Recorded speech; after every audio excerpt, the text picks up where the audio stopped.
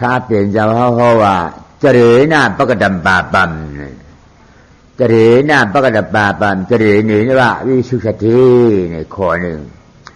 ข้อสองนั้นจิตตินาปกดัมปาปัมจิตตินี่ว่าวิสุทธิสตินี่เจริญนาปกดัมปาปัมมันเจริญนานั่งกล้วยนี่ปกดัมปาปัมจำหนังเฉพาะมันเนี่ยปาปัมเอาเป็นมาโอนกลุ่มโอนเงาเป็นอูงเป็นกลุ่มเป็นปื้อเป็นขี้ปื้อขี้กดขี้อูงนั่นนี่จะดีนี่นะวิเศษที่เอาน้ำกล้วยเงาเลยขึ้นสุกจ้างล่างปอดแต่ชีวิตมาเนี่ยอันเราเป็นกลุ่มเป็นเงาเป็นอูงเนี่ยปื้อขี้กลุ่มขี้ปื้อจับเผาแล้วหมดทั้งปิดนั่นเนี่ยเป็นช่างเอาเป็นเนี่ยน้ำเอาเป็นเนี่ยน้ำเอาเป็นมาขี้กลุ่มขี้ปื้อขี้อูงเนี่ยจับจุดจับมือจับตัวจับชิงจับโคจับเลี้ยงเขานั่นนี่ถ้าเป็นช่างหลานนะเดี๋ยวเอาให้มันจิ้มปอดมดเช้าเนี่ยสมัยนั้นมันขึ้นชักขึ้นสีขึ้นสุขขึ้นร้อยไว้หนังเก่าพระพุทธองค์ได้ตรัสว่าเจเรณะปกตังปาปังเจเรณะวิสุทธิสติเนาะซึ่งมีความหมายว่าน้ำนั่นแหละทำให้ดินกลายเป็นโคลนเปื้อนแต่ความที่จะชำระเอาโคลนที่เปื้อนนั้นออกก็กลับต้องมาใช้น้ำนั่นเองเป็นตัวชำระคืนเหมือนกันหนังเก่าเนี่ยพระนางจะท้าเมื่อหนังไหนเนี่ยจิตเกน่าปกดับบาปามจิเนี่ยปกดับบาปามจ้ำหนังจะอันพิษ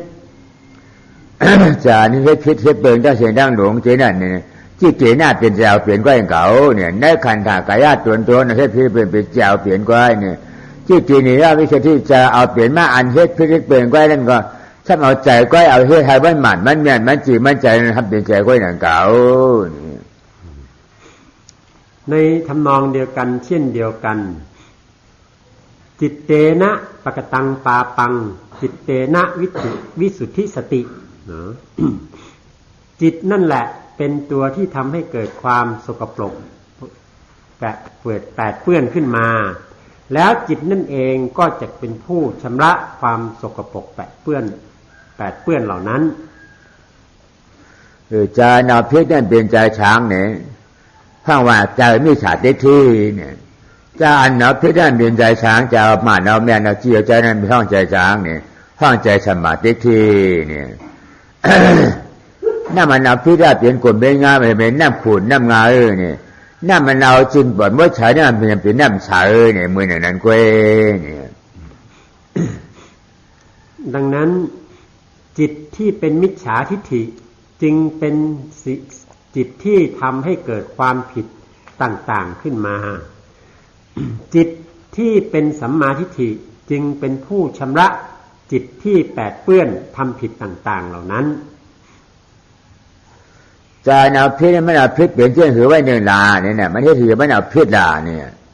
นาพิษนั่นนะมันเอาเปลี่ยนอันพิษเอาเปลี่ยนอันพิษเฮียซ้ำเอาลู่อันพิษอันลู่แล้วกว่าก็เอาพิษ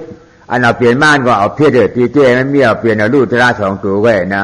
อันเปลี่ยนอันลู่ตราสองตัวนั้นมันเอาพิษเอาพิษได้เลยเนี่ยอันเปลี่ยนนั่นเป็นจ่าที่อันลู่นั่นเป็นมรณะนะตราสองตัวไว้ในห้องอุตยปยาเนี่ยเปลี่ยนลู่เนี่ยเปลี่ยนจ่าที่ลู่มรณะ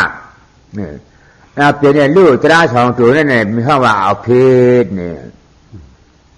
ทีนี้จิตที่เป็นมิจฉาทิฏฐินั้นมันทำให้เกิดเป็นความผิดขึ้นมาได้อย่างไรจิตที่เป็นมิจฉาทิฏฐิหรือเห็นผิดนั้นมันทำให้เกิดและดับเกิดขึ้นมาคือทำให้มีความเกิดและมีความดับไปอยู่อย่างนั้นตลอดเวลาถ้า อันนับเปลี่ยนเนี่ยห้องจ่าที่เนี่ยมีลูกจ่าที่ได้นามจ่าที่ตราสองตัวเนี่ยลูกจ่าที่เนี่ยตั้งนามจ่าที่พาความจำไปเปลี่ยนมาเนี่ยแน่นอนเป็นเจ้าวกาลาขันธาเนี่ยนามจ่าที่เปลี่ยนมาเนี่ยถ้าว่าจะดูวกาลาขันธาเนี่ยลูกจ่าที่เปลี่ยนมาเนี่ยถ้าว่าเอโกกาลาขันธาเนี่ยเปลี่ยนไว้ชามขันธาเนี่ยตัวที่มันเป็นหรือเกิดขึ้นมานั้นเรียกว่าชาติความที่เป็นความเกิดขึ้นมานั้นมีรูปชาตินะ กับนามชาติตัวรูปชาตินั้นเป็นขันธ์ห้าเนาะตัวนามชาตินั้นเป็นนามธรรมทั้งสี่เป็นขันธ์สี่อย่างนั้น อันนาพัฒพิจารที่นั่นว่าเฮ้ยเนี่ยนะเนี่ยจาตินามอัตตายติเนี่ยจาติงเนี่ยจาตินามเปลี่ยนจากที่เปลี่ยนมาหนูเกิดขึ้นมาเปลี่ยนตัวเปลี่ยนขันธาขึ้นมาอยู่นั่นเนี่ยจาตินามจาติเนี่ยอัตตายติก็เปื่ออันว่าเก่าอัตตานั่นเนี่ยเอาเปลี่ยนขึ้นมาอยู่แล้วเนี่ยอีที่ก็เปื่อว่าเอาเก่าเอาเปลี่ยนขึ้นมาเลยที่จาติเนี่ยชื่อไหนยิงอาจารย์นะอามจาติงนำจีห้องจาตินำในให้ใช้ห้องจาติด่าเนี่ยก็เปื่อเก่าเอาเปลี่ยนมาเลยจากห้องจาติเนี่ยเพราะว่ามีเก่าเอาเปลี่ยนมาไปในจริงจาตินั่นก็มีนั่นเก่าเนี่ยก็เปื่อมีเก่าเอาเปลี่ยนเพราะมีเก่านั่นจางเอาช่างเอาเปลี่ยนนี่ชาตินังความเกิดขึ้นมานั้นใครเล่าเป็นผู้ทำให้เกิดตัวอัตตานั่นเองที่ทำให้เกิดขันธ์ห้าขึ้นมาถ้าหากไม่มีอัตตาแล้วชาติความเกิดนี้ก็จะไม่มีขึ้นมาก็เปลี่ยนมาช้ำลู่อันหนอลู่นั่นน่ะเปลี่ยนอันของเพศเนี่ยให้ทางเราพิจารณาพิจารณาครับเนี่ย มารณามอัตตายติมารณามนี่มารณามตาใจในวันนั้นอัตตายติเก่าไว้เอาใจอยู่แล้วเนี่ยที่ก็เปลือเก่าเอาใจขึ้นเก่าเจ้าอย่างไหนเลยมารณามชื่อห้อมารณาเนี่ยอันเราเก่าตายนั่นก็เปลี่ยนเก่าไว้อย่างเก่าเนี่ยเก่าเป็นเผาตายเนี่ยเปลี่ยนเก่าเอาเก่าตายไว้อย่างเก่าก็เพื่อเก่าเอาเก่าตายเจ้าอย่างไหนได้ชื่อมัดอย่างห้อมารณาเนี่ยทีนี้ในส่วนของความดับไปหรือความตายความตายนั้นใครล่ะเป็นผู้ทำให้เกิดขึ้นอัตตานั่นอีกแหละเป็นผู้ทำให้เกิดความตายขึ้นมาเมื่อมีอัตตาทำให้เกิดความตายขึ้นมา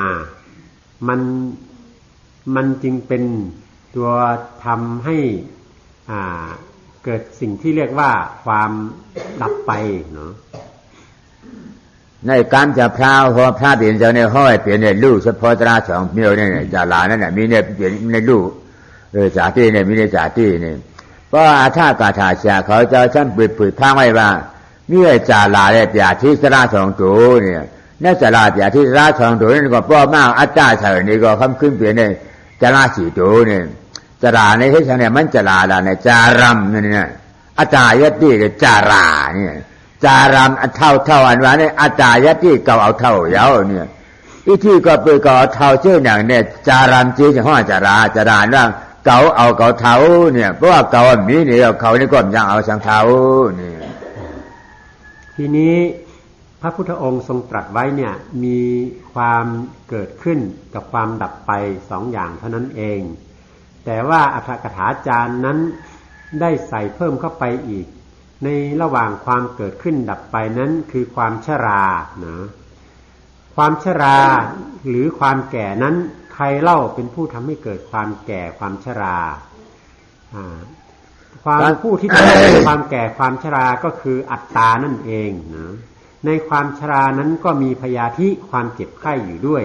ชราและพยาธินั้นเป็นส่วนของที่อรรถกถาจารย์ได้เขียนเพิ่มเติมขึ้นมาในระหว่างความเกิดขึ้นกับความดับไปจาหลังคำแน่ยาเทงเนี่ยใครเจ็บอะไรมานั่นตาเจ็บตาไข่อะไรนั่นยาเทงอาตายติยาที่นำเนี่ยยาเทงยาที่อันว่าเจ็บอันว่านั้นเนี่ยอาตายติเก่าเอาก็เจ็บบ่ยาวเนี่ยที่ก็ไปเก่าเอาก็เจ็บเจ้าหนักนั่นแหละยาเทงจริงห้อยาเทเนี่ยยาที่ว่านั่นเก่าขึ้นเอาก็เจ็บเนี่ยเพราะเก่ามีนี่ก็เก่านี่ก็เจ็บนึงเก่าเนี่ยพยาธิงอัตตายติพยาธิงเนาะอันความเจ็บนั้นเล่าใครล่ะเป็นผู้ทำให้เกิดความเจ็บอัตตานั่นเองแหละเป็นผู้ทำให้เกิดความเจ็บเมื่ออัตตาเป็นผู้ทำให้เกิดความเจ็บขึ้นมาอัตตาก็เป็นผู้รับความเจ็บนั่นเองเนาะถ้าเป็นว่าอัตตานำทุกข์หิเตนะเนี่ยอันได้เอาเฮ็ดพิษเอาเกิดเจ็บเจ็บตายกะตั้งที่หลงตั้งสี่เชียนได้ในจริงเฮ็ดฉันอะไรมันแล้วกะเกิดเจ็บเฮ็ดตายเกิดเฮ็ดตายอยู่ได้นะไม่จริงเป็นตั้งพิษหลงตั้งกะ จ้างเช่นอันพิษตั้งเช่นชื่อเช่นมันเช่นแม่นใจเนี่ยอันเอากะเอาเปลี่ยนให้อาจารย์น้ำตุกะให้ดีนะก็ปืนเก่าอันเดียวก็เนี่ยเพราะเก่าอันเดียวนั่นจะได้เอากว่าเอาเก่านั่นน่ะมีไปเนี่ยเอากว่าเกิดเจี๊ยเจี๊ยจ่าเช่นตั้งที่ลงชื่อเช่นในก่อนจ้างเอาช่างกว่าอัตตานังทุกขหิตเตนะอัตตานั่นแหละจึงเป็นตัวที่ทำให้ทุกข์เกิดขึ้นเกิดธรรมทั้งสี่คือเกิดแก่เจ็บตายขึ้นมาถ้าไม่มีอัตตาธรรมทั้งสี่นี้ก็จะไม่เกิดขึ้นมาอันก่อนรายจ้างพิษเดืองจากที่ยุกจากที่พิษนามจากที่พิษยุกจาราพิษนามจาราพิษเรื่องมรณะพิษมรณามรณะพิษจ้างพิษเดืองกล้าหลวงนั่งกันหน้าดีได้เนี่ยเพราะมหาไปจริงอาจารย์นี่จะดูกะให้ดีนะเปลี่ยนเก่าไว้หนาวพิษเพราะเก่านั้นหนาวพิษในก็ที่อันเปลี่ยนเก่านั้นเอาเปลี่ยนมันหันมันหลายๆสีกำตานี่จะพระวานะอันที่ทำให้เกิดรูปผิดนะทำให้เกิดนามผิดนั้นก็คืออัตตาอันที่ทำให้เกิดความแก่ผิดทำให้เกิดรูปแก่ผิดนามแก่ผิดนั้นก็เป็นอัตตาอันที่ทำให้รูปมรณะรูปดับผิดนามมรณะนามดับผิดนั้นก็คืออัตตานั่นเองอัตตาเท่านั้นแหละที่เป็นต้นเหตุของความเกิดแก่เจ็บตายทั้งหมดทั้งสิ้นนั้นนี่ลองอะไรอันเอาพิษนั่นป้าเขาปูนำป้าอาปูนยำปาหุอาปุญญมปัสสาวตีเนี่ยเพราะว่ามีอัตตานั่นไม่ได้อันนำดีจังเชนจังหลงเนี่ยที่ได้เกิดขึ้นมาเพียเตียนเยียยาข้าวหึงอยู่เนี่ยเพราะว่าเก่าเนี่ยนำเมียเนี่ยก็อันนั้นดีจังเชนจังหลงที่ได้เจียนปอดม้วยเฉยเดียวโค้งหายกว่าเหมือนอย่างน้ำเอาน้ำขึ้นสูบน้ำนั่นเอาดังนั้น พหุปุณังสิ่งผิดต่างๆเหล่านั้นมันจึงเกิดขึ้นก็เพราะมีอัตตานี้เป็นตัวต้นเหตุนั่นเองเมื่อมีอัตตาเป็นต้นเหตุอย่างนี้จึงมีแต่สิ่งผิดต่างๆเกิดขึ้นอยู่ร่ำไป ตาที่เอาใจขึ้นสู่ใจอันเดียวใจสังสุขใจจราเนี่ยใจอันพิษนั่นเป็นข้างว่ามิจฉาทิฏฐิใจอันนั้นพิษเป็นข้างว่าสัมมาทิฏฐิใจอันนั้นพิษเป็นสัมมาทิฏฐิเนี่ยมันมีใจเช่นนี้นั่นจิตและจิตโคงพร้อมจำกันผ่าความจำกันนั่นจะอันนั่นเท่าว่าใจสมาธิที่นี่ชัดว่าผู้กูผีก็นั่นคนก็นั่นฉางก็นั่นเพราะว่าเคยพิษไปไหนจริงหับห้องเอาใจอันนั้นพิษมาใส่ในขึ้นในใจเจ้าเก่าได้ดิเอาใส่ที่มาหัวใจเจ้าเก่าได้ดิใจอันพิษโดยมีที่ใจเจ้าเก่าได้จำอีเปียได้ดิขี่เปียได้เจี้ยนไก่ขี่ไก่ขี่ยานั่นเนี่ยเอาเปียมันดีๆเพราะนั่นจริงเพื่อนนั้นอ่ำหืมนานมาจากเพื่อนที่โหหายไหว้วอดกายจะอันนั้นเพี้ยนเด็กเกิดขึ้นมาเตี้ยนใจเด็กเปลี่ยนใจดีใจมีญาติเปลี่ยนใจกว่าจ้างเชียนมานำก้นงอกเนี่ยใจอันผิดสกปรกด้วยมิจฉาทิฏฐินั้นจะเอาอะไรล่ะมาชำระล้างก็เอาใจอันไม่ผิดคือใจสัมมาทิฏฐินั้นเข้ามาชำระล้างบุคคลผู้พยายามที่จะเอาใจอันเป็นสัมมาทิฏฐินั้นเข้าไปแทนที่ไปขับไล่ใจอันผิดนั้นออกไปประดุจจะไก่ที่เขี่ยใบหญ้าคุ้ยเขี่ยใบหญ้าในกอหญ้าใบหญ้าอย่างนั้นเมื่อเขี่ยเอาออกซึ่งใจอันผิดนั้นอยู่เรื่อยๆไม่ช้าไม่นานใจอันทำถูกต้องคือสัมมาทิฏฐินั้นก็จะเข้าไปแทนที่เมื่อเข้าไปแทนที่ได้แล้วใจอันผิดนั้นก็จะหมดสิ้นไปถูกชำระไปอย่างนี้ใจเอาพิษเนี่ยมันเห็นมันเอาพิษอันลาเนี่ยเพราะมันเอาพิษเนี่ยจะเอาพิษมาเนี่ยเพราะมีเก่าเนี่ยก็ป่าหนาที่ป่านั่นแหละเกิดขึ้นมาเป็นเก่าเอาเป็นตายอ่ะนะตีหน้าตาหนานักเว้นนั่นเลยเกิดขึ้นมาการมีชื่อมีสาระกวดผูกวดมีเพราะมีเก่านี่ก็เดี๋ยวเกิดขึ้นมาเมื่อชาวาตาอันเปี้ยนแล้วนะเดี๋ยวเกิดขึ้นมาเป็นชื่อหน้าวาจาถ้าดูสว่าสัมภาระวาจาการเปี้ยนการเดียนการโศการยงการเกิดการเดิมเดี๋ยวเกิดขึ้นมาว่าเนี่ยเกิดขึ้นมาเนี่ยเกิดขึ้นมาทางเกิดขึ้นมาทางอภิชาบอย่าพระเจ้าใจชี้เหตุการณ์ในเบือนใจโก้ใจงอมิจฉาทิฏฐิจะว่าเป็นเก่าหันพิเศษสางปองมาตราสิบจุดเนี่ยเป็นเก่าเฮ็ด ตราเก่าตัวเนี่ยเปลี่ยนเก่าเฮ็ดเก่าสร้างเก่าปองเก่าปิ้วเก่าเฮ็ดเช่นอย่างนี้เพราะเฮ็ดเปลี่ยนมาตรานั่นมาเกิดในอากุศลตรา12เนี่ยนะเพราะอะไรมาอากุศลตรา12แล้วเนี่ยนั่นเปลี่ยนอะไรมาการพิษเฮ็ดพิษเหตุอะไรมาการใจ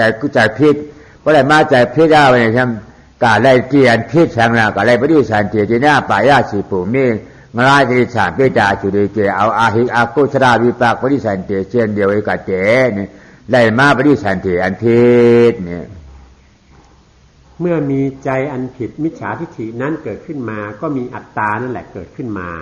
เมื่อมีอัตตาเกิดขึ้นมาแล้วความกระทำผิดในศีลทั้ง5ข้อก็เกิดขึ้นมามีการฆ่าสัตว์มีใจฆ่ามีใจลักใจขโมยมีใจ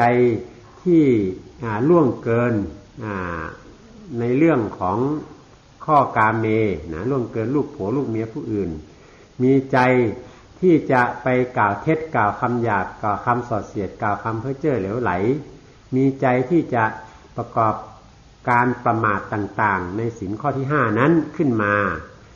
อันใจที่มันกระทำผิดต่างๆเหล่านั้นก็ล้วนแล้วแต่มีอัตตานั่นแหละเป็นผู้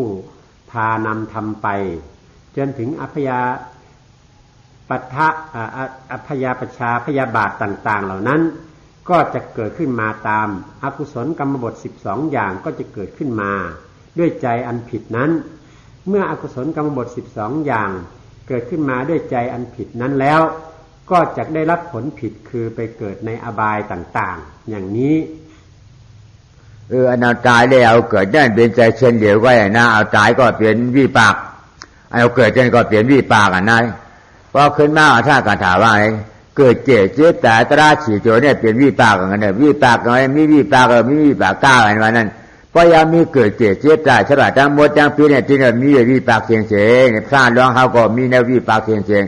วิปากพระเป็นเจ้าในข้าวตั้ง40ปลาย5 บาทนี่ก็มีในวิปากของเขาเนี่ยใจที่เอาไปเกิดกับใจที่เอาไปตายก็เป็นจิตดวงเดียวกันนั่นเองคือตัววิบากจิตตัววิบากจิตนี่ก็คือการรับผลของการกระทำเพราะฉะนั้นความเกิดแก่เจ็บตายนั้นเป็นวิบากคือเป็นผลของการกระทำผิดทั้งหมดทั้งปวงนั่นเองวิปากอันเราเกิดเจ็บเสียใจเนี่ยปายาสีผู้นี้นั่นห้องว่าอากุศลวิปากเนี่ยครับเนี่ยกุศลวิปากเขาเอาเกิดเจ็บในเมืองกวนเนี่ยเมืองผีเนี่ยเปลี่ยนสังลาเนี่ยอันเทศตาหน้าเห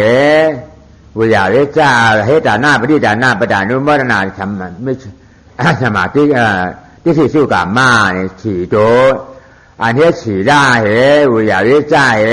อปัจจายาหน้าที่สู้กับมาให้ทำฉีโตก่อนในนาตราเปียกโตได้ในห้องว่าตาหน้าได้ฉีได้เหตุหน้าฉีได้ในเป็นไผ่แล้วเหตุเนี่ยมีเก่าแล้วเหตุว่าเก่ามีในก่อนมีเผาเหตุนะว่ามีเก่าเหตุเปลี่ยนมาตาหน้าฉีได้แล้วก็เดี๋ยวเลยขึ้นมาเลยนะเนี่ยไรมากกามมาว่าตรากู้สู่เปียเชียนในกามว่าตรากู้สู่เปียเชียนนะฉันเอา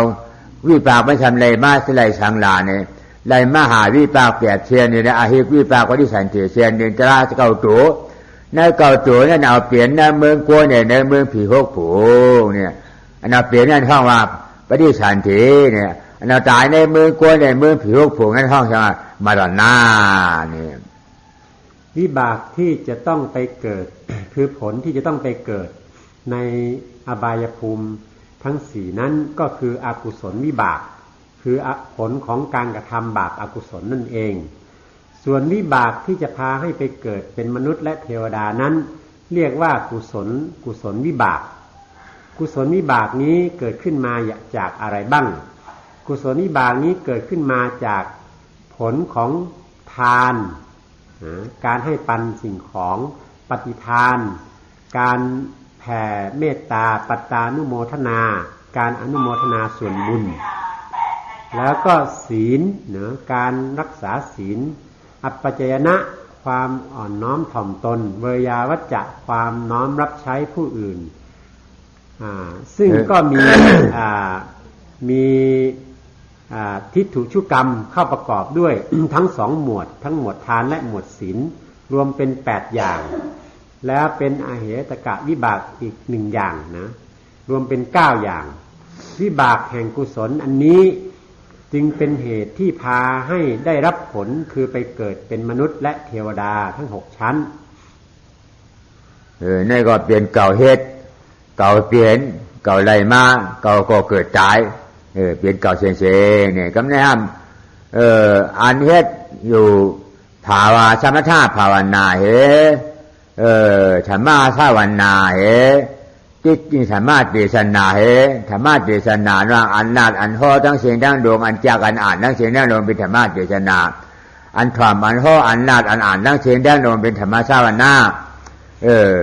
ภาวนานะเอาธรรมะอันตราชีสิบสิเดเพเจนที่สุดกลับมาว่าเปลี่ยนอันจีอันเจ้าหมานาเมียนยาวนี่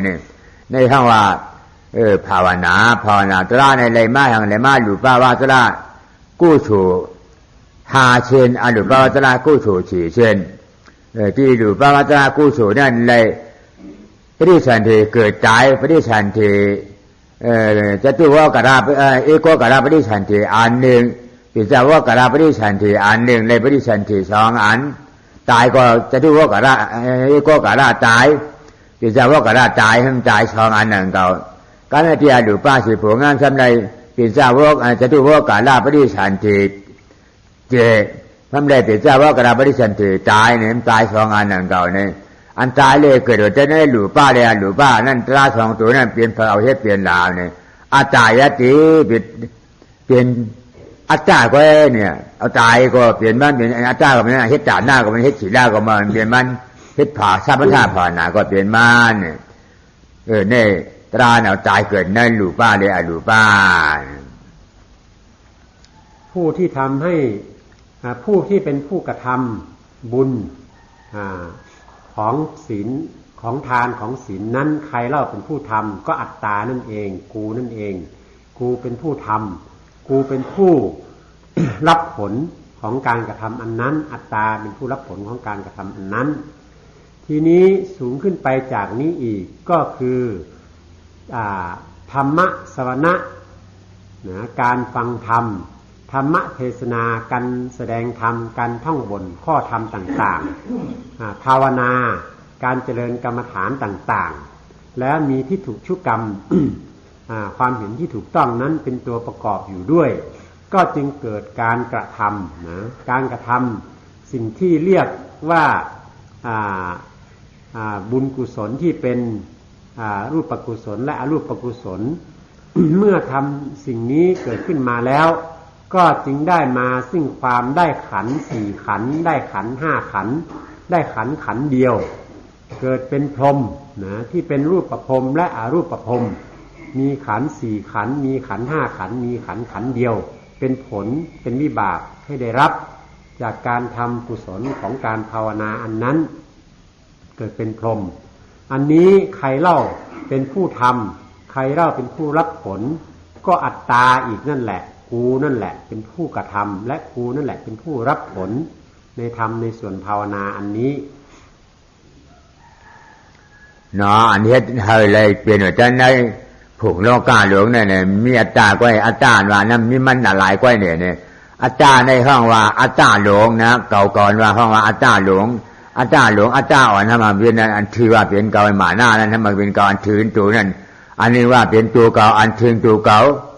จะน่า2ตัวเนี่ยเป็นอัตตาหนังกาเนี่ยอัตตาตัวที่2เนี่ยเอาเกิดเจ็บตายที่นั่นเนี่ยแต่ในเมืองผีหกผงเมืองช้างนั่นท่านชาวผงนะดังบ่ได้กับชาวหกผงอัตตาตัวเงาเนี่ยทำเอาตายเกิดนั่นน่ะเอาตายเกิดในเมืองอเปชีผงเนี่ยเมืองกวนผงนึงในชาวหาผงในหาผงมีอันเอาเกิดในหกในชาวเจ็ดผงมีนะชาวหกผงมีห้าผงมีชาวหกผงมีเปลี่ยน3 7ผงมีอัตตาเลยหมาหน้าเนี่ยข้าเป็นเฉพาะตราตัวเดียวเหมือนกันอันถือตัวอันนั้นใช่ไหมเปลี่ยนตัวเก่าเนี่ยตรา2ตัวเนี่ยอันเป็นตัวเรียกอันเป็นตัวใหญ่อันเป็นตัวเรียกกันเอาตายในอเปชีผงเนี่ยเมืองกวนเอาเกิดในอเปชีผงเนี่ยเมืองกวนอันเป็นตัวเรียกเอาตายเกิดในหลุดป้าผงเนี่ยหลุดป้าผงเนี่ยให้เขาปองแจ้งเลี้ยงใจไว้ เมื่ออัตตานี่เองเป็นผู้ที่ก่อร่างสร้างธรรม เป็นผู้ที่ได้รับผลเป็นผู้พาไปเกิดในภพภูมิต่างๆอย่างนี้ตัวอัตตาตัวนี้เนี่ยอัตตาตัวใหญ่นั้นเป็นผู้กระทำกรรมอันทำให้ไปเกิดในอบายภูมิเนาะอัตตาทิฏฐิเนี่ยทำให้เกิดในอบายภูมิ ส่วนอัตตาตัวเล็กหรือมานะความถือว่าเป็นตัวถือดีนั้นเป็นอัตตาตัวเล็กตัวละเอียดอ่อนลงไป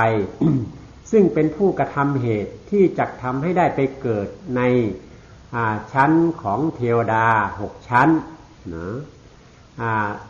แล้วตัวมานะตัวนี้ก็เป็นผู้ที่ทำให้ไปเกิดในชั้นของพรหมที่เป็นรูปประพรหมและอารูปประพรหม20ชั้นนะรวมทั้งหมดเป็น26ชั้น 26ชั้นรวมทั้งชั้นของพรหมที่ยังต้องเกิดอยู่อีก5ชั้นรวมเป็น31ชั้นเนาะนี่เป็นอัตตาและมานะนี่แหละเป็นผู้พาให้ไปเกิดไปตายอัตตามาในก็ไม่เหมือนอย่างน้ำขุ่นนะอัตตาอะไรมาหน้าเหมือนน้ำขุ่นก็ไม่ปุ่งหญ้าเลยปุ่งหญ้าที่เรียกวัตถุเฉพาะตราในเหมือนหนังโกมนั่นแหละอันไรมาวิปากอาคิวปุ่งหญ้าที่เรียกปุ่งหญ้าที่เรียกวัตถุเฉพาะตรา2อันสัมสนาเขาตั้ง3เช่นหนึ่งอันเนี่ยวิปากกันเนี่ยกูเจอวิปากกูสู่วิปากเลยมากูสู่วิปากตรา2ตัวเอาเปลี่ยนเกิดเจ็บตายนั่นทำเปลี่ยนอันมันลุกมาเจ้มาใส่ตัวเขาเนี่ยนะนี่เป็นอัตตาเนี่ยป่องใจดีเป็นน้ำโคลนปุ่งหญ้าที่เรียกปุ่งหญ้าที่เรียกวัตถุนั้นเป็นโกมคันธากายะตัวเขาเนี่ยเหมือนวิปากเนาะว่า3อันในแต่ที่ฉันจิ้มปล่อยบ่ชาครับมันบ่ดีที่ได้เอาเป็นร้านที่ได้ชุกเปียดโกมแน่นอนจังตัว อกุศลธรรมต่างๆนั้นเป็นเหมือนขี้โคลนเนาะตัวบาปอกุศลนั้นเป็นเหมือนน้ำขุ่นนะแล้วก็ตัวอกุศลกรรมต่างๆนั้นเหมือนโคลนแล้ววิบากที่ได้รับนั้นเหมือนร่างกายของเราเนาะเมื่อมันมีผลแห่งบาปอกุศลแล้วมันก็จึงแปดเปื้อนนะแปดเปื้อนขึ้นมาทีนี้ความที่จะชำระความแปดเปื้อนนั้นก็มีบุญญกิริยาวัตถุทั้ง10อย่างนั้นเป็นสิ่งที่จะเป็นตัวที่จะไปชำระความแปดเปื้อนต่างๆเหล่านั้นให้สะอาดขึ้นไปตามลำดับก็ในอนัตตานะปรามาสอสังคตาเฉดจัดปรมัตถะตราหาโจนั้นทำเป็นสังลาเนี่ยนะตราหาโจนั้นทำเป็นน้ำจดน้ำปอดน้ำเจนน้ำใสน้ำเฉยเนี่ยนะก็น่าจะเอาน้ำเฉยน้ำมันบ่เฉยนั่นทำเป็นสังลาตาเอาชุกเอาช้างน้ำเฉยนั่นน่ะเดี๋ยวชุกไปกลัวแม่เป็นยังท่านเป็นสมาธิที่ได้สมาสังกัปปะนี่ก็ชุกไปกลัวนี่ชาติที่ได้นี่ชาสังกัปปะจริงๆเนี่ยนะว่าเพราะกลัวนั่นมัวยาวเพราะนั่นเปลี่ยนมาสังลาเนี่ยเปลี่ยนมาบางอย่างเนี่ยนึกออกป่วนมวนเราต่างเกิดเจ็บใจยาวๆทีนี้อนัตตาปรมัตถ์สัจจะอมตะนิพพานอันนี้เป็นเหมือนน้ำใสที่จะไปล้างฟอกชำระน้ำขุ่นความเปื้อนแปดเปื้อนโคลนเหล่านั้นให้หมดไปอนัตตาปรมัตถ์สัจจะอมตะนิพพานนั้นจะเกิดขึ้นมาได้อย่างไรก็เกิดขึ้นมาโดยการที่มีสัมมาทิฏฐิสัมมาสังกัปปะปัญญามรรค2ตัวนี้เกิดขึ้นเมื่อมันเกิดขึ้นมาแล้วย่อมจะทำให้ได้เข้าถึงอนัตตาปรมัตถ์สัจจะอมตะและนิพพานอันจะเป็นเครื่องชำระสิ่งสกปรกแปดเปื้อนทั้งหมดนั้นพออัตตาเรียวิชาฉันกับปาตราเมียวอันในจีนปอนมดชาวโอนกลมเมืองเงินเมียวเนี่ยมันเปลี่ยนมาจังหลาเนี่ยเปลี่ยนมาชอตาปานว่านใจอากู้ฉูเนี่ยล้อผ้าหมู่4เชนนะที่เชน1 5เชนน่ะมีนะอยู่ที่3เชน1 6เชนน่ะมีได้ใจ6เชนในอากู้ฉูตรา12ให้ใจ6เชนนี่รับหมดเย็นหายกว่าเพราะรับหมดเย็นหายกว่าแล้วน่ะได้เจียปริสันตินะ อาเปสีผงเนี่ยเมืองกวนเนี่ยจะเอาชังเจ๋เนี่ยเมื่อมิจฉาทิฏฐิคืออัตตากับมิจฉาสังกัปปะคือวิจิกิจฉาอันเป็นต้นเหตุแห่งความแปดเปื้อนทั้งหมดนั้นถูกชำระหมดสิ้นไปเมื่อถูกชำระหมดสิ้นไปแล้วอย่างนั้นความได้ฮะว่าเป็นอนาการเนี่ยก็ในเหตุการณ์ที่เกิดเจ็บเจ็บใจในเมืองโกนเนี่ยเปรียบสีผงไอ้เมืองผีหกผงกามาชีวิตผงนั่นในเชียงมัวเรานะเมื่อเป็นชอตาป่านั่นกว่าเป็นอาเปรียบสีผงไอ้เมืองโกนทั้งชะกาลากามนั่นเพราะเป็นอนาการนั่นกว่าเป็นเมืองผีหกผงแต่ได้เปลี่ยนผีในเมืองหกผงก่อนได้เปลี่ยนในชีวิตผงมีในออกม้วนๆล้วนกับห้องว่าอนาการมากขึ้นในกามาผงเนี่ยในเมืองนี่ป่าในเมืองช้างเนี่ยอาจารย์เอาเตะจ่ายในเมืองกวนในเมืองเพียงนี้ยาวๆเมื่อความที่อัตตาทิฏฐิวิจิกิจฉาคือตัวโลภะ4ตัวกับทิฏฐิตัวหนึ่งกับตัววิจิกิจฉาถูกตัดทำลายไปความที่จะได้ไปเกิดในอบายภูมินั้นก็หมดสิ้นไปนั่นคือพระโสดาบันบุคคลเมื่อถึงความเป็นพระสกิทาคามีบุคคลนั้นความแปดเปื้อนที่จะได้ไปเกิดในกามภพกามภูมิในภพแห่งมนุษย์ก็หมดไปได้ไปเกิดในภพภูมิแห่งเทวดาพอถึงอนาคามีมรรคความแปดเปื้อนที่จะทำให้ต้องไปเกิดในกามภพกามภูมินั้นก็หมดสิ้นไปเหลือแต่ความที่จะต้องไปเกิดในภพภูมิแห่งพรหมพอความแปดเปื้อนที่จะทำให้เกิดในภพภูมิแห่งพรหมนั้นหมดไปคือกิเลสตัณหาที่เหลืออยู่2ตัวดับขาดไปก็หมดสิ้นความที่จะต้องไปแปดเปื้อนอีกอย่างนี้เป็นอรหันต์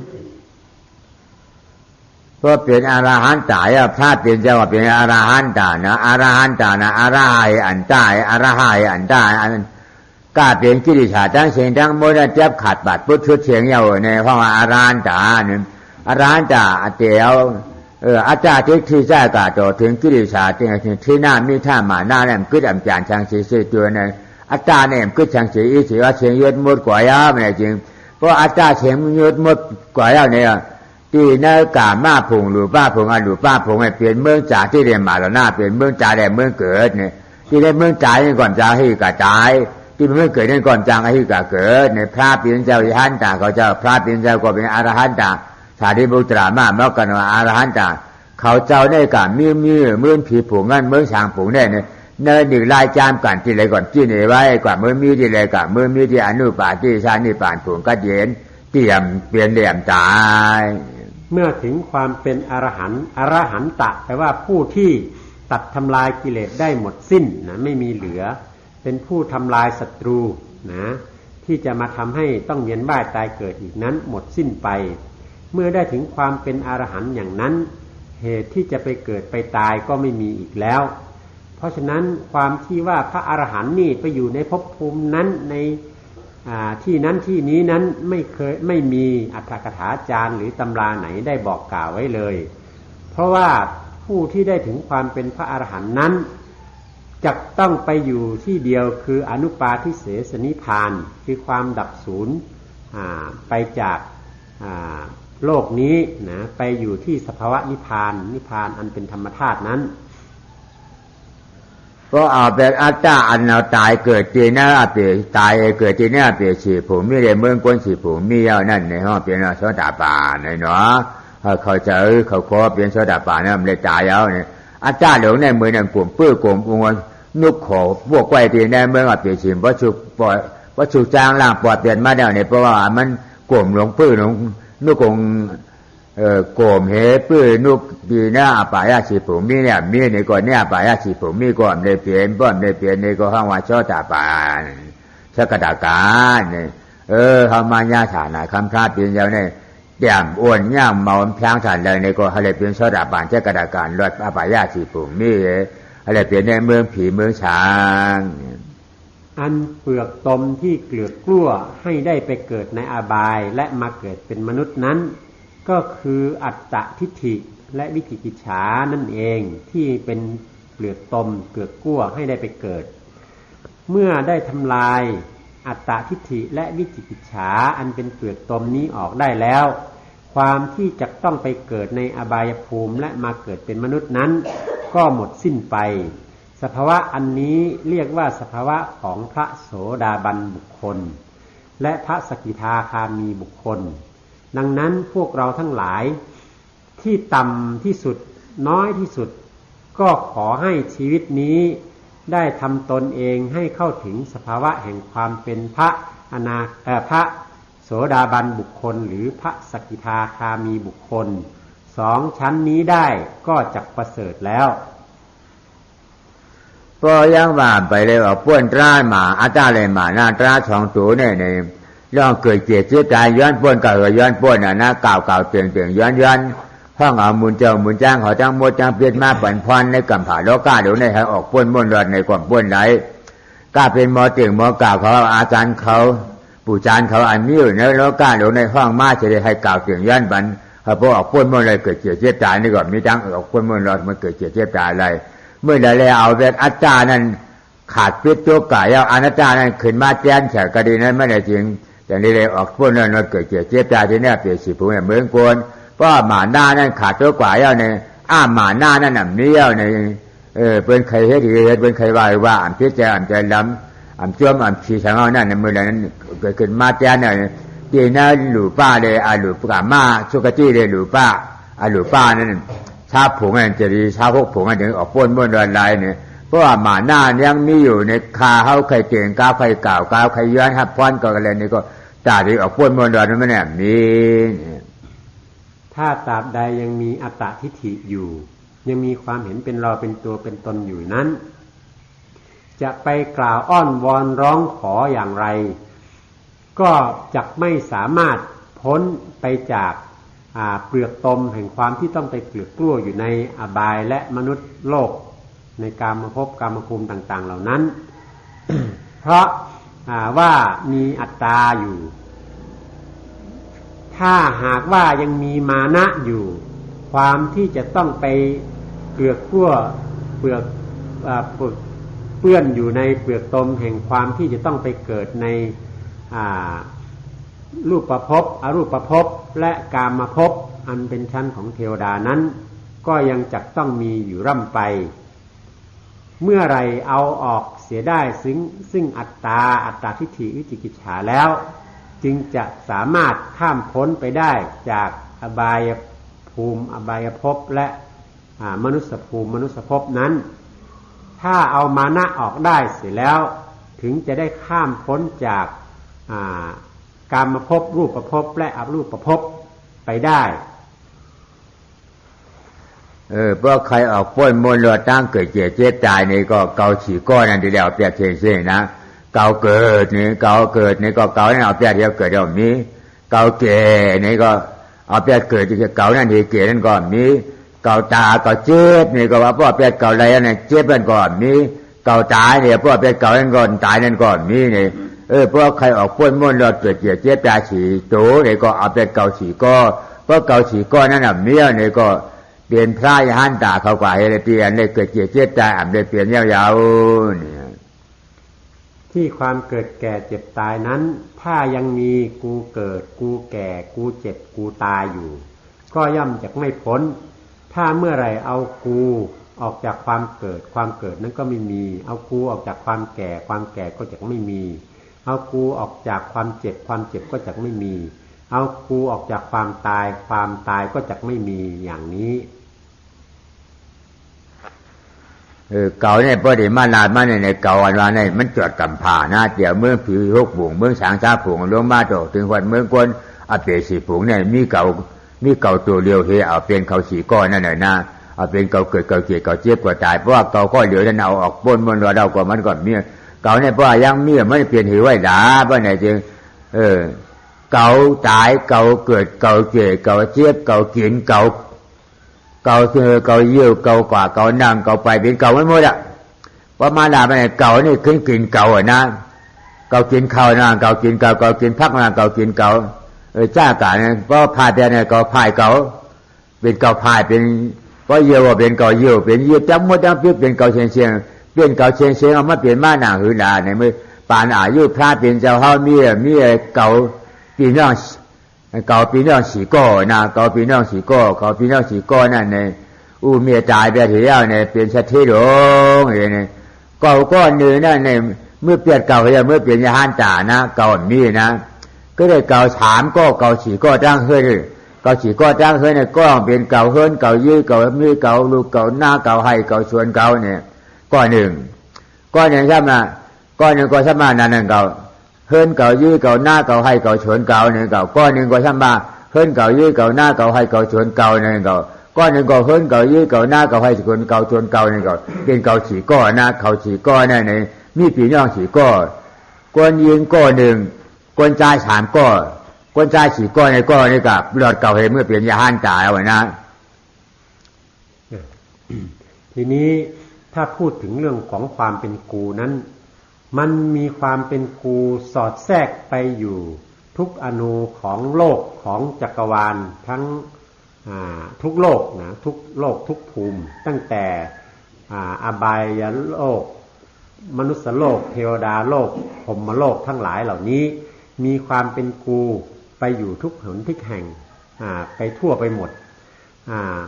ความเป็นกูนี้มันสอดแทรกไปเป็นของกู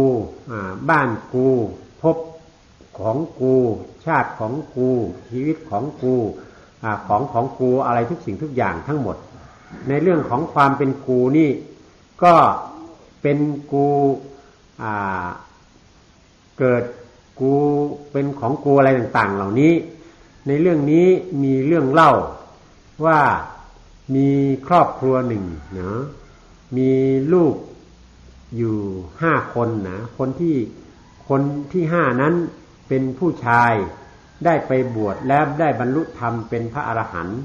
เหลืออีก4 คนเป็นชาย3 คนเป็นหญิง1 คนทั้งชาย3 คนนี้กับหญิง1 คนนี้ก็มีแต่ความเป็นกูเต็มไปหมดบ้านกูไร่นาของกูยุ้งข้าวของกูเลือกสวนของกูนะอันนี้กูผู้เป็นพี่กูผู้เป็นน้องอีก3 คนก็เหมือนกันบ้านของกูเลือกสวนไร่นาของกูข้าวของกูสมบัติของกูต่างๆเหล่านี้ทุกผู้ทุกคนเป็นของกูทั้งหมดทั้ง4 คนเก่า3ก็ปีหน้าง่ายในก้นจ่าย2ก็ก้นยิงก้อนในซ้ำกุมก้นเฮ็ดหน้าเขาจะสะเทศว่าจะได้ไม่เฮ็ดเอาตานๆไว้ก่อนใจนะก้นเฮ็ดเนี่ยอ่านหูชิบหูชาหูปากมาเนอะนะก้นเฮ็ดหน้าว่านั่นหน้าเขาก็ดีนะเจ้าหน้ากูวงกวนหลวงอ่อนก้นกะข้างเป็ดน้ำมันหลวงอ่อนก้นกะใส่น้ำมันหลวงก้นกะเฮ็ดน้ำมันหลวงก้นปาดโดหลวงก้นโป้หลวงก้นปุ่มจ้ากะในกูมก้นนี่เฮ็ดนักกูวงกูวันเนี่ยก็เปลี่ยนปีอาหลวงเขาซ้ำอยู่เฮิรนอยู่ยี่เป้าล้านเป้าเสียงเป้าขายเขาขายเลี้ยงเขาเป็นเก่าเป้าก็ดีเฮิรนเนี่ยแน่เฮ็ดหนีนะเพิ่มด้านมาเก่าปีน้อง3 ก้อนกุมเฮ็ดหน้าเนี่ยซ้ำจับเยอะกะจ้างไข่จ้างเปลี่ยนเหตุช้อนพาช้อนผลจากแหลกจากหน้าแล้วเนี่ยอยู่นี้กินบานจับหนาวโรคหนาวโคตรเที่ยวเนี่ยตายนะตายกันเนี่ยก็เปลี่ยนก้นยิ่งกับเปลี่ยนหนูว่าเปลี่ยนหนูเนี่ยขึ้นมาข้าวเขาออกโค้งมากขึ้นมาอยู่ในหน้าหากินเขาในหน้านั่นนะมันเปลี่ยนหน้าเก่าเนี่ยขึ้นมาหากินเขาในหน้าเนี่ยก็ถ้าเปลี่ยนงูเนี่ยถ้ามาเปลี่ยนหน้าเก่าจะมากินเขียดอยู่ในหน้าคนใจก้อนหนึ่งมาเด็กได้หาล้านกินเขียดอยู่ในหน้าเนี่ยหนึ่งก็ในช่างเปลี่ยนหมูเนี่ยว่าเปลี่ยนหมูว่าไม่ได้จริงเขาออกโค้งมาจะมาเปลี่ยนหน้าเก่าจะเมื่อหากินเขาในหน้าเนี่ยทีนี้บรรดาลูก4 คนที่เหลือนั้นนะก็ครองสมบัติซึ่งพ่อแม่ทิ้งไว้นะเป็นสมบัติของเศรษฐีที่ค้าขายและทิ้งไว้ให้ก็มาครองสมบัติอยู่ร่วมกันมีอยู่ฝ่ายพี่ชายผู้เป็นพี่ชายคนโตนั้นก็เฝ้าบ้านขายของส่วนน้องชาย2 คนกับน้องหญิงอีกคน1 3 คนนั้นก็ไปทำไร่ทำสวนนะไปทำไร่ทำนาอยู่ช่วยกันคุมคนงานไปใส่น้ำไปเอาหญ้าไปปลูกข้าวไปหว่านกล้าอะไรต่างๆอยู่ในไร่ในนาอยู่ต่อมาไม่ช้าไม่นานส 3 คนนั้นเนื่องจากความที่ต้องตากแดดกำฝนทำไร่อย่างนั้นก็เลยไปเป็นโรคระบาดตายทั้ง3 คนคนที่เป็นลูกผู้หญิงนั้นตายแล้วมาเกิดเป็นหนูด้วยความที่จิตติดอยู่ในไร่ในนาของตัวเองเมื่อเกิดเป็นหนูแล้วก็เข้าไปหากินอยู่ในนาข้าวนาข้าวอันนั้นส่วนลูกผู้ชายอีกคนหนึ่งนั้นพอตายแล้วก็ไปเกิดเป็นงูด้วยใจที่มันติดอยู่ในไร่ในนาว่าเป็นนาของกูก็มาเกิดเป็นงูหากินเขียดอยู่ในนานั้นส่วนลูกผู้ชายอีกคนที่ตายนั้นก็ไปเกิดเป็นหมูตัวนี้ด้วยความที่จิตติดผูกอยู่ในไร่นาของตัวเองว่ายังเป็นนาของกูอยู่ก็มาหากินอยู่ในนาข้าวนั้นทั้ง3 ชีวิตก็มาหากินอยู่ในนาทั้งหมดด้วยความที่จิตติดยึดอยู่ว่าเป็นของกูเป็นนาของกูอย่างนั้นในไผก็เปลี่ยนหน้าก็ออกกันมาหากินอยู่นามันหนูนี่ก็มาหากินข้าวมันมาหากินข้าวขึ้นกะมาวันกะมาไหนงูซะมาหากินเสียจะมาย่านหนูนั่นมากินเป็นหนูนั่นน่ะกันแม่นะมากินเป็นน้องยิงมันเนี่ยติเต้มันน่ะนะเกากินเกาวันนั้นน่ะว่าน่ะหน้าเลยหมูนั่นทำมาหากินข้าวได้หน้าทำมาย่างงูนี่ทำมากินเป็นงูนั่นน่ะมากินเป็นงูนั่นน่ะให้ไหนก็ได้อ่ำหึงอ่ำนานมันน่ะจริงกวนเฮ็ดนานเมื่อนาถึงพอได้สะเทียนหมูมากินนาวค่ะเนี่ยที่ทำมากับกลางจำกลางเหี้ยว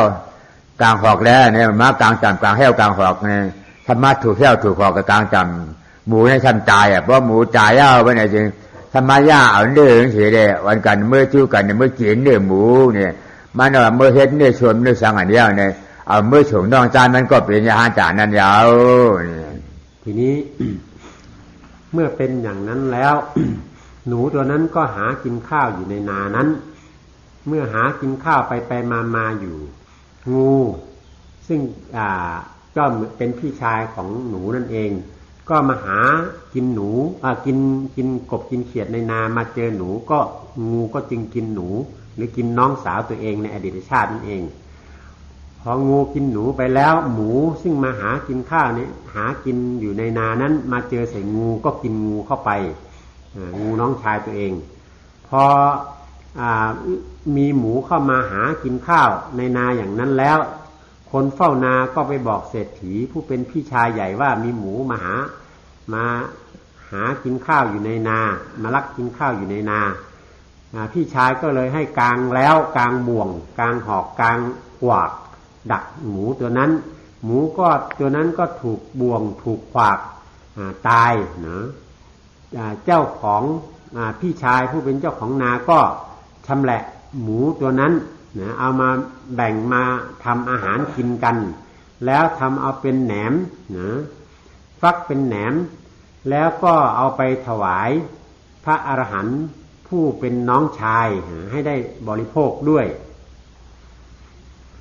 ในเก่ากินเก่านั่นเป็นงูนั่นกินหนูนั่นเป็นน้องยิงมันหมูใช่ไหมกินงูนั่นทำเป็นน้องชายมันหนูปีไอเขาสมัยนี้หมูมือกินเนี่ยนะฉันเป็นน้องยิงน้องชายมันทั้ง3 ก้อรู้กินทั้ง3 ก้อนั่นนะทั้งหนูทั้งงูทั้งหมูเนี่ยลอกกันกินทั้ง3 ก้อว่ามากินนั่นมือปั่นน้องว่ามือปั่นน้องมันน้องชายนั่นเป็นยานตายแล้วได้อภิญญาณน่ะในอภิญญาณว่าเจโตปริยะอภิญญาณนากระดันตาอภิญญาณนากระดันตาตั้งนาในเป็นช่างในก็ฮู้ตั้งหลังพ้นมาเป็นช่างบ้านในก็ฮู้นะผู้เปลี่ยนนิวาชาอภิญญาณนากระดันตาอภิญญาณช่างป้านั่นนี่หมูได้มือมันแต่ก่อนนั้นเป็นช่างในก็มันฮู้ลูกที่หมูเนี่ยไม่ได้เป็นช่างในซ้ำฮู้ช่างลูกกว่าน่ะนะอันเป็นมาก็ฮู้เดี๋ยวเปลี่ยนก็ฮู้บ่มาหากินเนี่ยอยากเตือนหมูเฮาพี่น้องกันได้หนูความเปลี่ยนน้องยิงงูความเปลี่ยนน้องใจหมูความเปลี่ยนน้องใจก็ความเปลี่ยนพี่อายความเปลี่ยนกินกันเนี่ยก็ก่อนกินได้แล้วเนี่ยว่านะก่อนกินแล้วเนี่ยเพราะว่าเฮาพี่น้องกันกลุ่มมากินกันว่าไหนก็อื่นได้แล้วบ่ว่าไหนก็อย่าหันฉมกที่เขาเชิญไปเลยมากเลยผัวเช่นซ้ำสงชัยน่ะเหมือนจ้างป้านั่นอยู่ไม่เอาหน้ากินเนี่ยมือว่าเฮาพี่น้องกันกินกันว่าเนี่ยอ่อนกันว่าห้ามกันนะปั้นกับเชียงนั่นปั้นกับเชียงว่าเขาหูพระเปลี่ยนเจ้าพวกเขาหูพระเปลี่ยนเจ้าพระเปลี่ยนเจ้าอย่างว่ามากขึ้นปางกลุ่มเนี่ยพอตรามอย่างบ้านจัดตัวในเนี่ยนี่แหละกูกินกูเนาะ กูพี่กินกูน้องนะกูพี่ขึ้นไปก็กินก็งูกินหนูนะก็กูพี่กินกูน้องนะ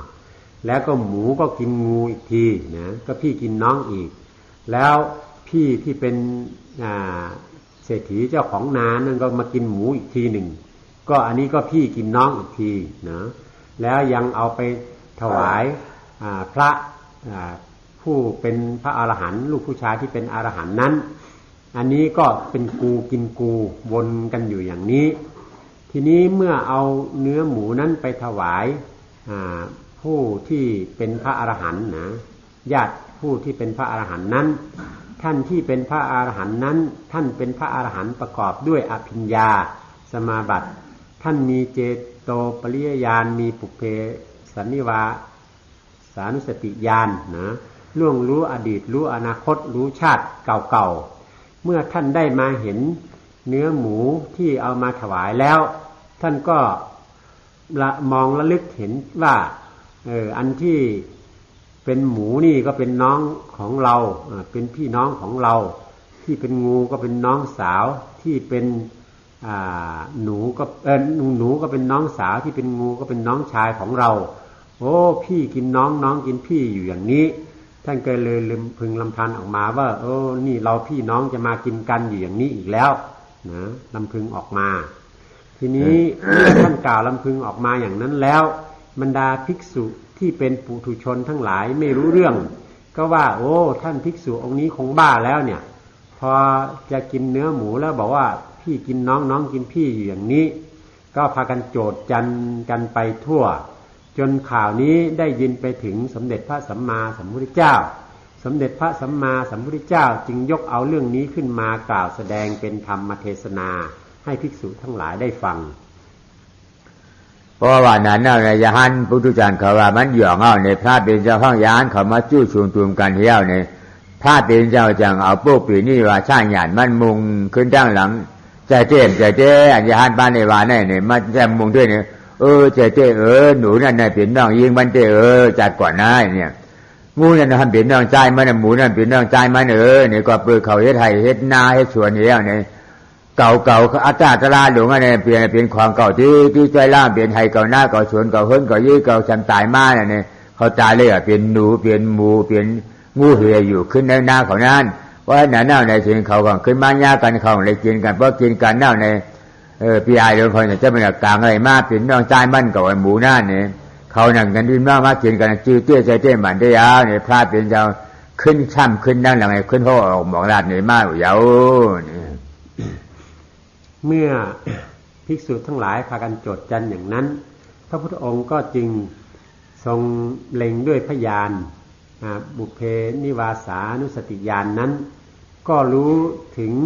ความข้างหลังว่านี่ก็เป็นพี่เป็นน้องกันจริงๆนะ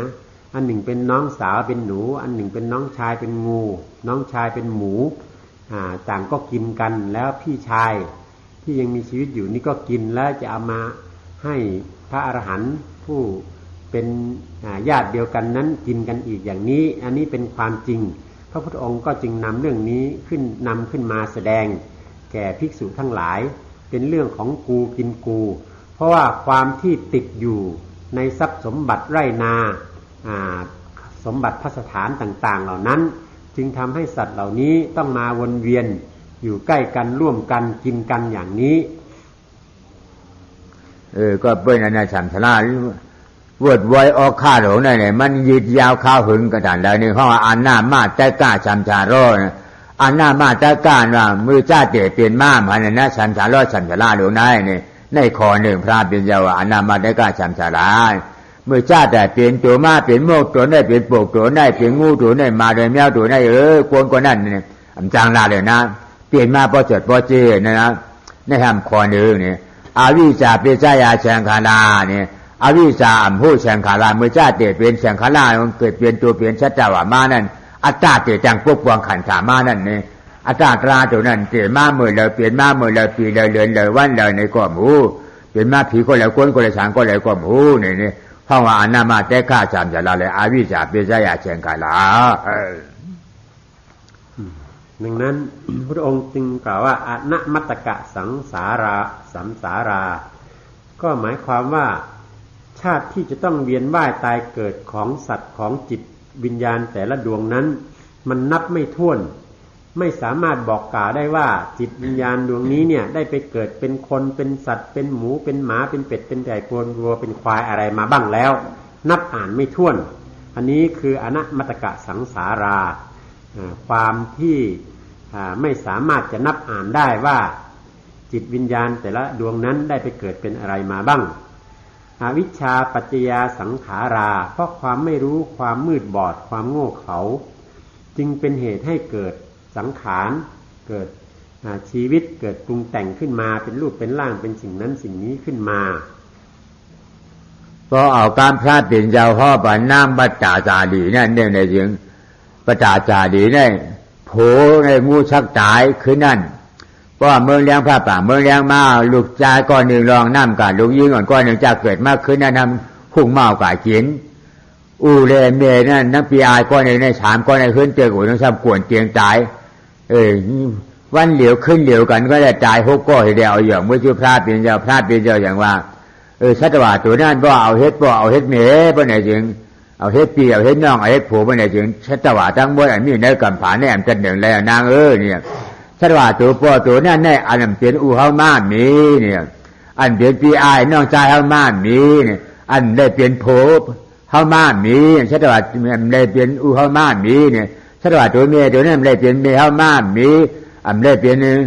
ผัวเป็นเมียกันมามีอันได้เป็นพี่เป็นน้องกันมามีนี่อันจันจะหนึ่งให้ซ้ำเผยยาวๆจันหนึ่งหยกซ้ำเผยยาวเนี่ยพลาดตีเนี่ยพ่อเปิดมันนางประจาจาดีนั่นเนี่ยเปลี่ยนอย่างนั้นเอาเนี่ยสะดวกทั้งหมดเนี่ยมันยินยาวข้าวถึงกันหน้าหนึ่งชนะบุตรข้าตรงนี้ก็ยังว่าไปเลยพอถึงบางตราผู้ตราอาจารย์นั่นไปขาดพิจตัวกว่าเนี่ยที่ชุดที่เจกมันแบบนี้นะ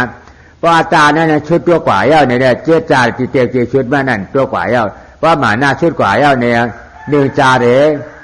ทำจัดได้เยอะกว่ากันเดียวในก็พูดกับจีเตกมันเพราะว่าอาจารย์อะไรมาหน้าตราช่องตัวเนี่ยไปขาดไปชุดไปพุดไปมดไปก่อยบ้านไหนจึง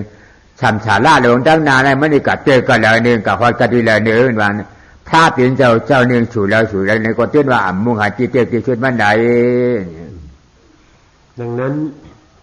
ชาติภพที่จะต้องเวียนว่ายตายเกิดของสัตว์โลกทั้งหลายเนี่ยชาติภพที่ไม่เคยเกี่ยวข้องกันเลยนั้นเป็นไม่มีพระพุทธองค์ได้ทรงแสดงให้แก่นางปตาจารานางปตาจาราผู้นี้เมื่อตอนหัวค่ำสามีถูกงูกัดตายเนาะลูกชายถูกคนโตถูกน้ำพัดไหลไปลูกผู้หญิงคนเล็กที่กำลังเกิดได้วันเดียวก็ถูกเหยี่ยวคาบไปกินพ่อแม่กับพี่ชายอีกคนหนึ่งก็ถูกบ้าน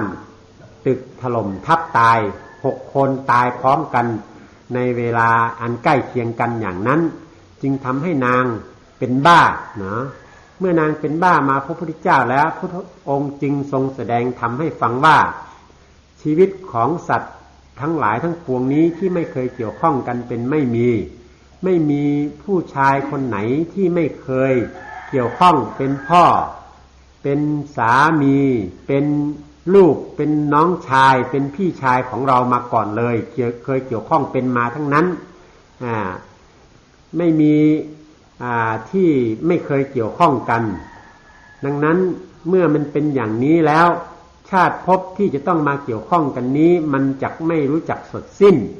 ตราบใดที่ยังไม่สามารถเอาอัตตทิฏฐิวิจิกิจฉาออกได้ข้ามพ้นตัวนี้ไม่ได้ก็ยังจะต้องไปหมุนเวียนพบปะกันเป็นลูกเป็นพ่อเป็นผัวเป็นเมียเป็นพี่เป็นน้องกันอยู่อย่างนี้ซ้ำแล้วซ้ำอีกอย่างนี้ไม่รู้จักจบเมื่อไหร่ที่สามารถเอาอัต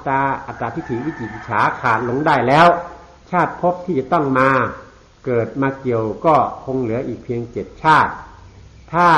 ถึงสกิทาคามีก็เหลืออีก3 ชาติถึงอนาคามีก็เหลือชาติเดียวถ้าถึงอรหันตาแล้วก็ไม่มีชาติภพที่จะต้องมาเกิดมายุ่งมาเกี่ยวข้องอะไรอีกเพราะตัวอัตตาและมานะนั้นขาดสิ้นไปหมดแล้วไม่มีเหตุที่จะต้องไปเกิด หมุนเวียนในภพชาติใดอีกแล้วอย่างนั้นอันนั้นแหละถึงจะสิ้นสุดความที่จะต้องมาเกี่ยวข้องเป็นกูเป็นเราเกี่ยวข้องกันข้าวตั้งสันชาลานะเหมือนจ้างสันชาลาให้พวกปองแจงเลี้ยงใจมันเหมือนจ้างกาเมื่อนควรเลยนะสันชาลานั่นกว่าจ้างกาเมื่อนควรนั่นกับจ้างกาเมื่อนควรเนี่ยเหมือนหนึ่งควรเท่าเนี่ยนะชัตวากับจ้างสันชาลานะเหมือนหนึ่งควรเท่าเนี่ยก็ไม่ตายเลยเกิดได้หมื่นจินชองขวัญเนี่ยยุคขวัญเนี่ยจ้ำขวัญยุคขวัญเนี่ยจ้ำขวัญเนี่ยยุคขวัญหนึ่งเนี่ยจ้ำขึ้นมาที่มีเลยนะพอตายมันจะได้เกิดอ่ะพอเกิดแล้วมันจะได้ขึ้นตายอ่ะมันมีสังเลยตาสองตัวนั่นเนี่ยยุคเหยียบยางกะที่รู้ลูกในมือจูเฮนรู้จำยางใช่ขวาใช่ขามือขาในมืออย่างนั้นเนี่ยพระเบียนเจ้าว่านะระยะทางอันยาวนานแห่งสังสารวัฏเนี่ยก็เหมือนเส้นทางเดินเหมือนถนนที่เราทั้งหลายเดินกันอยู่นี่แหละคนทั้งหลายพากันเดินไปบนเส้นทางอันนี้ความที่เดินไปบนเส้นทางอันนี้ก็คือความเกิดความตายความเกิดความตายนั่นเองที่เดินไปบนเส้นทางแห่งสังสารวัฏอันนี้ลองดูสิเวลาเราเดินนั้นเราทำอย่างไรเราก้าวเท้าขึ้นครั้งหนึ่งก็เหมือนเกิดขึ้นเหยียบลงครั้งหนึ่งก็เหมือนตายก้าวครั้งหนึ่งก็ต้องเหยียบลงไปแน่นอนเมื่อก้าวครั้งหนึ่งก็คือเกิดเหยียบลงไปครั้งหนึ่งก็คือตายไปครั้งหนึ่งเพราะฉะนั้นเราได้ก้าวเดินไปบนเส้นทางบนถนนแห่งสังสารวัฏนี้มาเป็นเวลาอันยาวนานไม่จบไม่สิ้นสักทีตายเลยเกิดหนึ่งจากพ่อจากสองจานในมีตายเลยเกิดสองอันในบ่ยุกก็อย่างก็จำก็ยังยุกเนี่ยเมื่ออย่างนั้นบ่เกิดก็ตายบ่ตายก็เกิดนั่นพอก็เอาเปลี่ยนนั่นล่ะเนี่ยพอขึ้นมาหามาเช่นนั้นเนี่ยมาเมื่อไกลนั่นจาติอาตายติจาตินำมันว่านั่นนะจาติเอาเปลี่ยนเมื่อจาติเอาอาจาเอาเปลี่ยนเนี่ยอันอย่างแล้วอย่างหนึ่งอย่างแล้วอย่างนี้ก็อาจาเพราะอาจามีแล้วเนี่ยก็เก่าอย่างเมื่ออย่างเก่าเมื่อกว่าเนี่ยมีข้าวทั้งสัมสารามันดีจ้านยืดกึดขาดกว่าความที่ต้องก้าวเดินไปนั้นเมื่อก้าวยกเท้าขึ้นแล้วก็ต้องย่างไปแล้วก็ต้องเหยียบลงอยู่อย่างนั้นความที่ต้องมีการก้าวเดินไปอยู่อย่างนั้นก็เพราะว่ามีอัตตาอยู่มีอัตตาทิฏฐิมีอัตตาตัวนี้อยู่จึงมีการก้าวเดินไปคือเกิดตายในสังสารวัฏอยู่อย่างนี้ไม่รู้จักจบไม่รู้จักสิ้นจนกว่าเมื่อไรสามารถเอาอัตตาตัวนี้ออกแล้วสิ่งที่จะมาก้าวมาเดินนั้นก็จักไม่มีความตายความเกิดก็จึงจักไม่มีขึ้นมาอย่างนั้นพ่อขวัญเยอะธรรมะบรรยายสำหรับเช้าวันนี้ก็ขอยุติลงเพียงเท่านี้